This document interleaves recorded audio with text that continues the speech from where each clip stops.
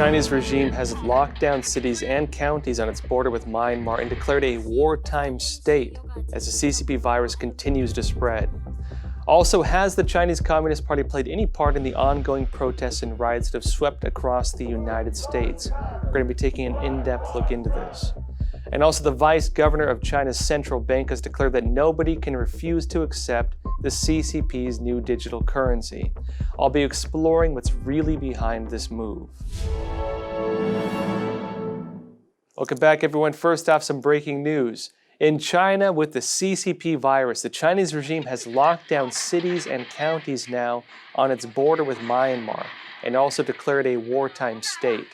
On September 14th, the CCP's Yuan province epidemic prevention and control work video and telephone conference requested that the 8 border cities and 25 border counties of Yunnan immediately enter the wartime state of epidemic prevention. Really, City immediately began conducting nucleic acid testing for all residents.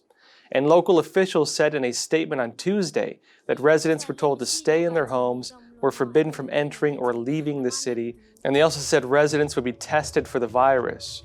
Now, Ruili is home to more than 210,000 people.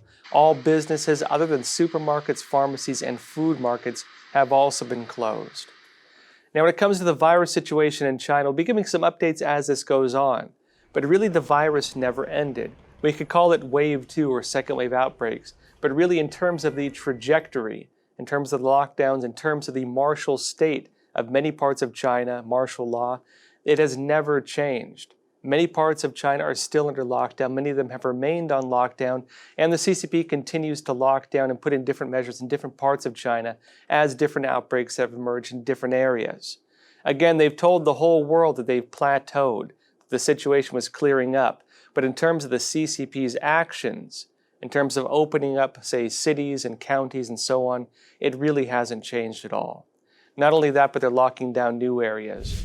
Meanwhile, after the Chinese ambassador in the UK, Liu Xiaoming, was caught liking a pornographic foot fetish video on Twitter, he was also seen liking a Twitter comment whose profile picture said CCP virus, and the tweet he liked stated, quote, "It's Wuhan virus, be bold and admit what the CCP has done to the world." Now, the Chinese embassy claimed that Liu's Twitter account had been hacked and declared it would investigate, but details on this are still unclear.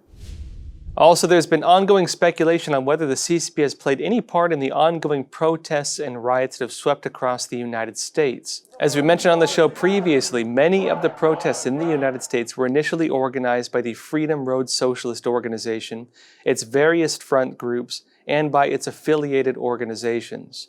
Some key players in this do have ties to the Chinese regime, some of which go back to their Maoist roots and to current ties. And adding to this, a new case is now making rounds on the internet. The Daily Signal reported that the website for Black Futures Lab, which is a venture of BLM founder Alicia Garza, has ties to a pro-CCP organization. And if you go to the organization's website and click the donate button, it shows that the money goes to an organization called the Chinese Progressive Association. And the page notes that, quote, Black Futures Lab is a fiscally sponsored project of the Chinese Progressive Association. Now, this Chinese organization was allegedly founded in San Francisco in 1972 and worked as a strong promoter of Maoism during a time when the CCP was exporting revolutionary movements like this.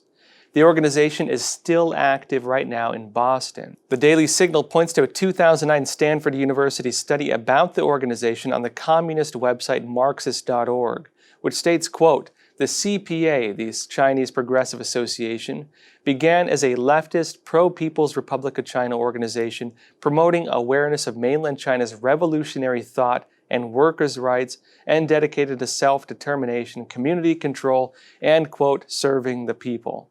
Again, Chinese Communist Party slogans at that time. The organization appears to have close ties to the CCP as well. Another paper on Marxist.org, I did some digging into this, notes that the Chinese Progressive Association is the community engagement arm of the Red Guard Party that was founded in the United States in 1969 and was disbanded in 1971. Now, the Red Guard plays on the name of the Chinese Communist Party organization that it was using around that same time to push for the Cultural Revolution. Many of the images people have used of these Black Lives Matter protests where people are going and harassing diners and so on, comparing that to what happened in China, most of those images in China took place during that time, under the Chinese Communist Party's Cultural Revolution. There's direct links between these. Now, another paper on the organization written by former members of the organization, as it states, also on Marxist.org, notes that the Red Guard Party used training materials from the Black Panther Party and also from Mao Zedong's Red Book. The paper notes that, quote, in Chinatown, the Red Guards did openly advocate patriotism to the People's Republic of China, the CCP. Not only patriotism, it says, but, quote, more importantly, the politics of socialist China, their struggle for freedom from oppression, and the importance of the leadership of the Chinese Communist Party were reintroduced into the community by a series of celebrations. Now, today there are some mentions of the Chinese Progressive Association in Chinese state-run media. There's also information showing that it currently has ties to the Chinese consulate. A 1989 photograph shows 3 members of the Chinese Progressive Association sitting with the then CCP Consulate General in the organization's office in Boston. This suggests the organization had favorable ties with the CCP early on. The CCP would never do that otherwise. It would not associate with a group opposed to the CCP. So this is again a clear signal for that. Also, more recently, the CCP's state-run China Daily reported favorably on the organization and its work for the CCP in 2017. It suggests the organization currently has favorable ties with the CCP, including to the extent of direct cooperation. Now, China Daily states in this article that the Chinese Progressive Association held an event hosting a passport renewal event in Boston. It was hosted at its facilities by the Consulate General of China in New York. And again, the Chinese Consulate General would not do that with an organization not directly tied in with one of its main programs. And we've talked before about how some of these organizations work. The Chinese consulates run what they call the United Front Work Department. This is a branch of the CCP. And its job is to go to these different front organizations. Most of them are called tongs. The Chinese Progressive Association would fall under the definition of a tong. It goes to these tongs, wins over their support, and then uses them as its arms to extend control into Chinese communities, and also push for various interests. Also, the ties to the Chinese Consulate General are significant, because again, the Chinese Consulate General on these 2 different cases we've seen would not affiliate with an organization that is not directly tied to the CCP and its interests, because doing so, showing that kind of movement, showing that kind of solidarity with them, would validate them as being part of the CCP system or recognized by the CCP. And so here again we have an organization tied to the CCP doing fundraising for this organization tied to the BLM movement. Meanwhile, a Chinese computer scientist, Li Kai-fu, made claims that Ant Group, which was formerly known as Alipay, and which is an affiliate of China's Alibaba, was using facial recognition data for commercial purposes. Now, the company responded by denying these allegations, we should note. However, it does appear that Alibaba is looking to invest in technologies along these lines. Reports say that Alibaba and China Mobile are considering a $443 million investment in Dahua, which is the second largest surveillance equipment company in China, and has notably been blacklisted by the United States for allegedly helping the CCP monitor and detain Uyghurs and other Muslims in China.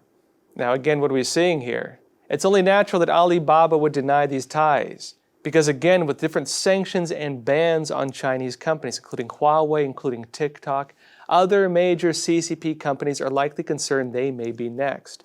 2 of the largest players that could face this are Alibaba and Tencent. Now, Alibaba is basically a clone of Amazon. Tencent Holdings is one of the major companies that holds a lot of video game properties and also entertainment properties. These companies, as we've seen, are involved with many of the same actions that other banned Chinese companies have been faced with. For example, TikTok, some of the same things they're doing, we've seen with these companies as well. And so we'll see again if they are next. The Trump administration does appear to be targeting organizations like this. And now for the broader stories for today. Now, first up, the vice governor of China's central bank, Fan Yifei, has declared that nobody can refuse to accept the CCP's new digital currency. And he also claimed that without the new digital currency, the CCP would face risks from cryptocurrencies that he said could, quote, erode national currency sovereignty. Fan suggested that the reason the CCP launched the digital currency is to protect against risks from the growing popularity of digital currencies like Bitcoin. And he suggested that without the digital currency, the CCP is afraid of losing its ability to regulate its currency, the renminbi, since they can't regulate cryptocurrency assets that are decentralized by design. And this ties to the CCP's broader interests to be able to control and monitor transactions. Now, of course, there's a bit more to this. As we mentioned previously, one of the main reasons the CCP is pushing this out so quickly, one of the main reasons they're launching this is because they're afraid of US sanctions. Inside China, there's been a lot of talk around this. They're afraid that their financial institutions and banks could face these same types of sanctions that have been done against Russia. For example, being cut out of the US financial system, not being able to trade in US dollars. And they believe that if they do not move quickly in creating their own alternative currency that is immune to US sanctions, as this digital one would be, that they risk having their currency collapse. That's the big concern in China right now. And so they're rushing through pushing out this currency. But there's something interesting with the statement as well, though. Now, he's talking about the risk of digital currencies and how that could be a destabilizing factor to the CCP's main currencies. And this may also be partly true, but this is also revealing because what the CCP is afraid of is losing its control over currency. It's afraid of losing its ability to monitor transactions. That appears to be one of the main points in this as well. Now, the CCP has been pushing forward with the launch of this new national digital currency, and it's looking to also expand its trials on this rollout. On August 29th, people in China began to report that one of the 4 major state-owned banks in China, the China Construction Bank, quietly released a digital yuan wallet service for its app, and then quickly disabled that feature after it gained widespread attention. It was a hidden feature. I'll be explaining this. Now, there's been speculation in China on why this happened, though. Some took it as a sign that the Chinese economy is in trouble. Now, before the digital yuan feature was disabled, users reported they could navigate to the wallet service by searching for, quote, digital currency in Chinese, which would prompt them to register with a mobile phone number associated with their bank account. Now, it's not clear exactly when the bank had launched the service, how early on this happened, since people found it by accident. It was well hidden. But some users reported they were able to make small transactions by linking their bank accounts with the digital wallet, again suggesting that it was a functional service. The bank responded to this by saying the feature is currently being tested, although it's not yet officially available. But the hidden trial run of this feature in the app shows evidence that China's central banks are working to implement the digital currency at the state level. Again, a national rollout of this currency. Now, in addition to this, a few days later, on August 31st, China's UnionPay launched a digital bank card service and did so along commercial banks, major phone manufacturers, and key players in payment systems. It included a digital debit and credit card service available in China and outside of China.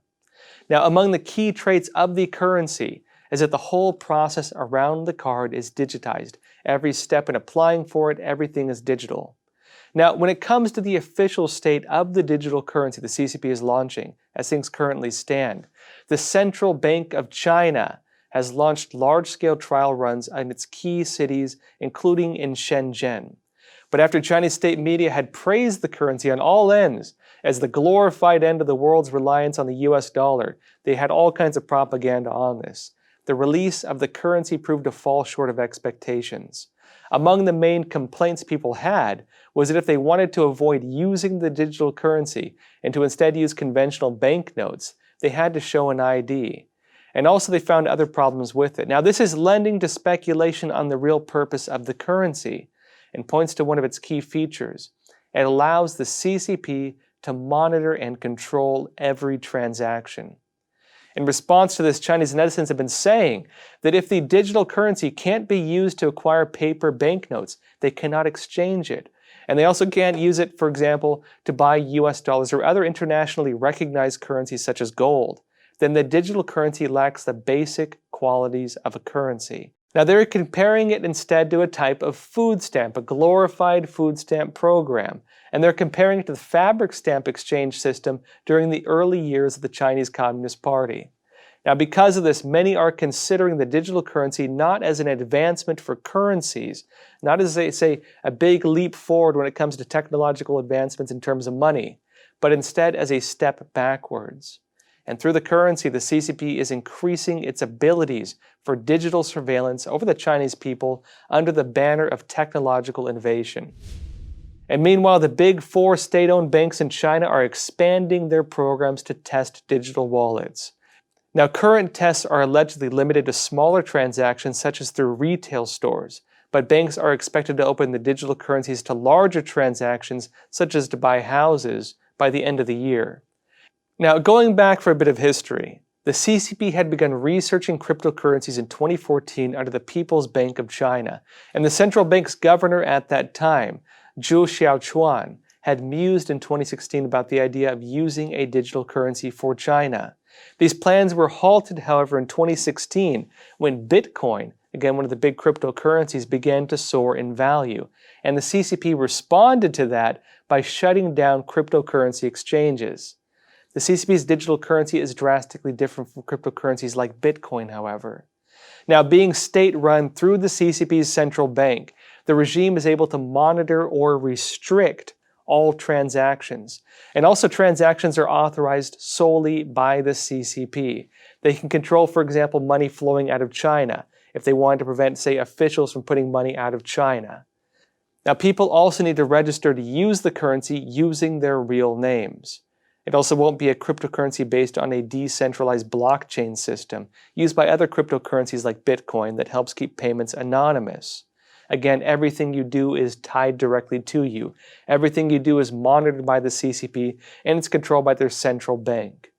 As for why the CCP is rushing to launch the digital currency at this time, though, according to longtime China watcher and Epoch Times commentator Frank Xie, the CCP's hasty launch is inconsistent with its typical way of doing things. The Chinese Communist Party has never been a leader or pioneer when it comes to research in economics and finance, because it doesn't dare take risks in this field. It is too risky to the stability of the party. When the CCP promotes a digital currency, the risks are extremely high. Now, other than, for example, causing stirs in China, causing stirs abroad, and so on, it also poses a national security threat. For example, Frank Xie mentioned once a digital currency completely replaces paper money, if a conflict broke out between the CCP and another country, that country could wipe out China's entire economic system by just destroying its computer systems. Frank Xie questioned how it can be possible that the CCP could print, for example, backup data on paper and use perforated records. He said that's not feasible at all, because the amount of data is too large, a hard copy is neither economical nor efficient, and it's difficult to restore data like that. He also pointed out that current generation weapons, when it comes to countries like the United States, held by many advanced countries, could easily target and eliminate digital systems such as these with relative ease, for example, targeted EMP weapons. Now, this brings up one big question. If the CCP has weighed the different risks, why are they moving forward with this right now? Why would they risk, for example, national security threats? Why would they risk something so delicate when it comes to managing their entire economy? Why would they do something that risks backlash from the Chinese people at this sensitive time when it comes to internal instability? Why would they do all this at this extremely sensitive time for security, for China's perception around the world, and for stability inside China, not just with the Chinese people, but also with Chinese officials? Well, I can give my own analysis on this. The Chinese Communist Party views this as a necessary step to keep its economy alive. Because having this digital currency means it can control all the records. It can say the money is worth whatever it wants. And it's very likely anticipating sanctions from the United States. Now remember, in addition to the sanctions being placed on CCP officials and Chinese businesses, including some of the largest state-run businesses they have, something that's not really seeing any signs of ending because the US and other countries are looking at human rights abuses in China and they're sanctioning officials for their involvement in that. The Chinese Communist Party and its different members are being directly held accountable for their abuses as individuals, not just as an entire system. They view this as a major threat to themselves, to their own economic interests, and also to the stability of the CCP itself. Now, a few things on the horizon. Remember that Chinese companies on the US stock exchange were protected from being investigated when it comes to the basic security protocols that every other company is held to. Now that system is being lifted. Chinese companies are going to be held to the same standards as other companies. That is currently moving through. This is also in addition to the trajectory of companies in different countries pulling out of China, pulling their factories out of China, while at the same time investors in different countries, including the United States, are pouring money into China. Now, these different factors, what does it mean? The Chinese Communist Party needs to maintain the stability of its financial system. It needs to maintain the perception that the Chinese currency is stable. If it has a digital currency, it can say whatever it wants when it comes to its value. Now, they could already do that to an extent, but because the Chinese yuan is tied into the international finance system, and all payments still go through the US system and through, for example, FISA, the US can monitor to an extent the different transactions. This new system, however, will place all of that in the hands of the CCP. And another thing the CCP is trying to do is prevent money from flowing outside of China. One of the big things it's trying to stop is Chinese officials and business leaders pouring their money into overseas assets because they don't trust the stability of the Chinese currency. The Chinese Communist Party, with this digital yuan, could very easily just restrict money outflow like this, including, for example, monitoring it or forbidding the transactions at the root. So again, this is not a sign of strength by the CCP. This is a sign of weakness by the CCP. And in other news, Canada is weighing whether or not to allow Chinese telecommunications company Huawei to install the country's 5G networks. And Canada is signaling that its federal government can ban equipment from Huawei, and if it does so, it will not compensate the company for losses. Now, this could be setting up Canada and Huawei for a fight over around $758 million. And very likely, Canada is going to have the upper hand in this. Now, this ties into some other things going on as well. A government source in Canada told the Epoch Times on condition of anonymity that, quote, "I'm not sure there is a solid legal case that we would have to compensate for making a proper national security decision."